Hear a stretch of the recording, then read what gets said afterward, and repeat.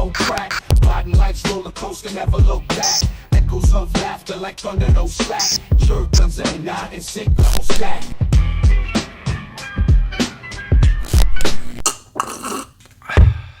Karate Kid Legends is the recent movie that came out this past weekend. I'm a little late on this review, but better late than never.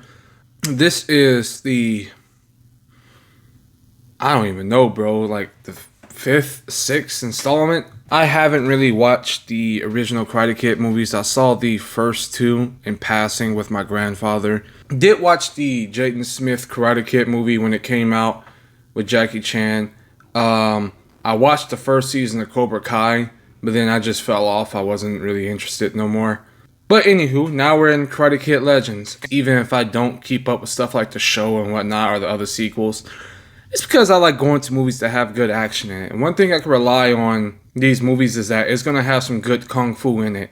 Karate Kid Legends stars Ben Wong, who plays Li Fong.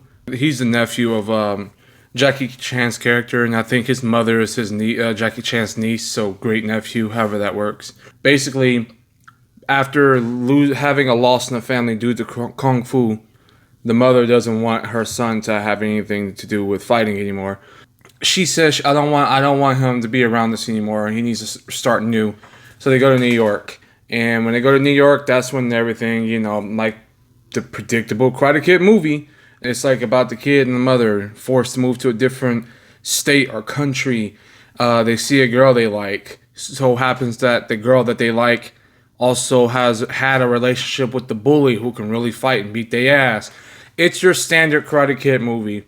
I think the only thing that was different about this Karate Kid movie, at least from my perspective, there's a part in the movie where Li Fong, our main character, the Karate Kid, he's the coach for the good portion of this movie to another person. And basically he's teaching that person how to box. He's trying to get him back to his boxing days with a foundation of kung fu. So I thought that was interesting, where we saw a good portion of the film where the student was a sensei before we get to the point where he needs his senseis. The problem I think this movie have, and it doesn't really have, I won't say it doesn't have many, it has a few I think, but I think one of the main problems that I had with this movie is that it felt like it took a really long time for us to get to what we actually came to the movie for. Because like I said, a good portion of this movie is basically him training another man, and you're thinking to yourself after a while, man, when are we going to get to his training parts? The kung fu, the fighting sequence on here look great. I enjoyed them immensely. It was like, it was the main thing that kept me locked in. And the actor Li Fong, I think he did a great job. I think this is his first movie. My mistake. I don't know what I'm talking about. This ain't his first movie. But I enjoyed his performance as like our main character. But there's just certain things I really didn't care about, because it's like the predictable high school drama with the love interest of his. That was the main thing. I really didn't. I just didn't really care about the love interest on here. It felt like some Riverdale type crap. But all in all, the movie itself has more to offer than just that love interest situation going on. What I will say and give praise to, I think his name is called Aramis Knight, who plays Connor Day, who's basically the antagonist in this movie. And let me tell you, bro, this dude was on a different type of timing. Imagine Steven Seagal, but if Steven Seagal was actually everything that he claims to be, or as badass as he thinks he is, that's this dude. And he had the rat tail. He had the rat tail in here and was whooping ass. You can't trust people with rat tails. This dude was whooping our main character's ass so badly that it got to a point where I started thinking to myself, I don't even want you to defeat this dude in the tournament. It's beyond the tournament at this point. Get the gun. Minor spoilers here, but the first fight scene they had, basically, he doesn't even use his hands to whoop our main character's ass.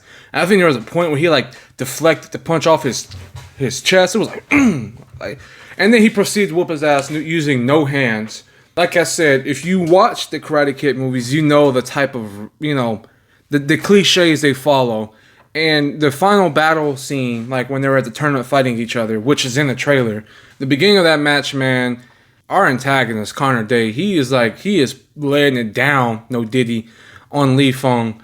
Like, there is a part in there where he had him in the air. He was in the air. Li Feng was in the air. And then Connor Day, the antagonist, while he put this muff in the air, kicked him in the air, and the dude spun around while he was in the air. At this point, I was like, man, get up and get the gun. I ain't gonna lie to you. It was a legendary ass whooping. He beat this dude's ass like he stole his tax return. I didn't want him to win the tournament. I want him to end his life. My main problem is, like I said, just the pacing of this film. And minor spoiler here as well. Daniel LaRusso, the original Karate Kid, he's not introduced into this movie for a good long portion. This movie is basically 2 hours, and I think he comes in around the hour and 10 minute mark, or the hour and 20. I wouldn't even be surprised. I felt like that combination between the Jackie Chan and Ralph Macchio's Karate Kid movies, that combination of bringing them together, I just felt like it wasn't utilized to its full potential, this crossover. One, because it took so long to get to the crossover that you would have just thought this is just a Jackie Chan universe Karate Kid for a good long portion. But when it did happen, I enjoyed it. I enjoyed their interactions. I enjoyed how they were having like this, bit of a competition of who can teach them better, or which way is better, the Han's Kung Fu way or the Miyagi Karate way. Like, it was fun. I just felt like it wasn't utilized more than what it could have been. I found a rating for the film. I think I'm about to give it like I'm gonna give it a 6.3 out of 10. It wasn't a bad time. It was fun. If you want to wait till it comes out on streaming, because it's gonna be on Netflix about 4 or 5 months from now, go ahead. I say go ahead and wait. If you want to just be like, I feel like going to the movies. Is there anything out? And then you see when your only option is Karate Kid. I don't think you'll regret it. It's been your boy Jay Gunza. Y'all take care.